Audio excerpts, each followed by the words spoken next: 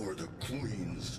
Alright, I gotta be real with y'all, even if it costs me some subs, but the new war was my least favorite quest in Warframe. Your boos mean nothing. I've seen what makes you cheer. Yeah, I enjoyed the story beats, but the gameplay, man, it had me more tilted than a bad sortie run. So let's talk about it. Roll that intro.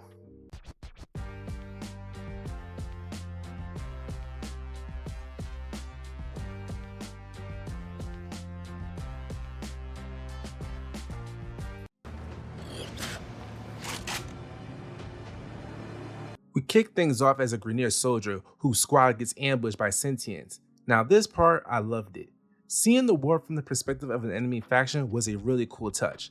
And the whole time I kept thinking to myself, what if after all this, he just gets wrecked by a tunnel? Then we move to the Corpus section. Can you sense the foreshadowing? Because this is where things started to drag. You play as a Corpus technician cycling through different drones to complete tasks, and honestly, I almost dozed off. It overstayed its welcome hard.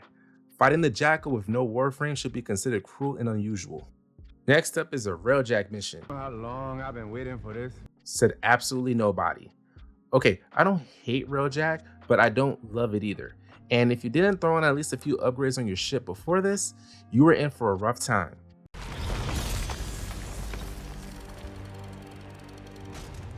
Then we get to play as Teshin. Now, this had me hyped. Until it didn't. Teshin's combat felt repetitive real quick. It's wild how they made such a badass character feel like such a slog to play. Anyway, Teshin lets us onto the ship, but he gets ambushed by Era, Lotus's brother. Plot happens and we die, supposedly. You cannot kill the devil, Tenno. But you can send it back to hell. Fast forward 7 years. The solar system is under the grip of the Narmer cult. Fortuna has been wrecked. Just look what they did to their song.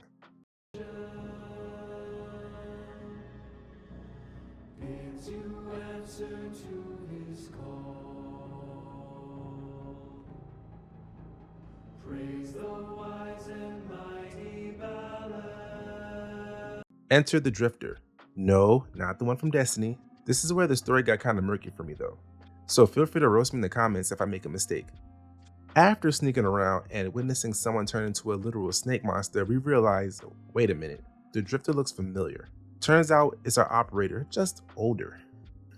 We find out Lotus is alive and barely holding on, so to save her we hunt down Archons to collect Archon shards and restore her power. Eventually Lotus powers up and decides it's time to end Ballast once and for all. Ever realizing Ballast is just another L villain, switches sides and dies for it. I wasn't too invested in his character, so I just moved along. Then comes the final showdown against Ballast. You fight him in operator form, so I hope you leveled up those abilities.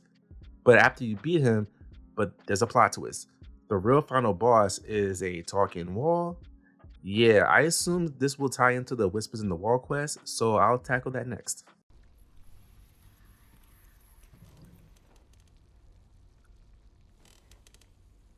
Veteran Tennos, you probably noticed I skipped some things. That was intentional. As the Drifter, we encounter ourselves in some sort of multiverse situation. This seems to be tied to the very paradox, and since I was told not to look up any spoilers, I didn't want to dig too deep. Once I finish all the quests in the game, I'll do some lore deep dives to fill in gaps on things that I do not understand. So why is the New War my least favorite quest?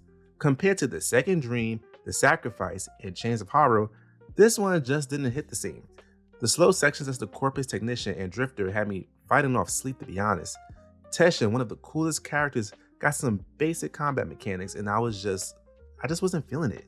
And being locked into the mission for almost 2.5 hours, I mean, I get it lore-wise, but man, I felt like a prisoner. It wasn't all bad though. I really enjoyed Cal's section, watching him go from a blind follower of the Queen to leading the fight for his brothers. Now that part was peak.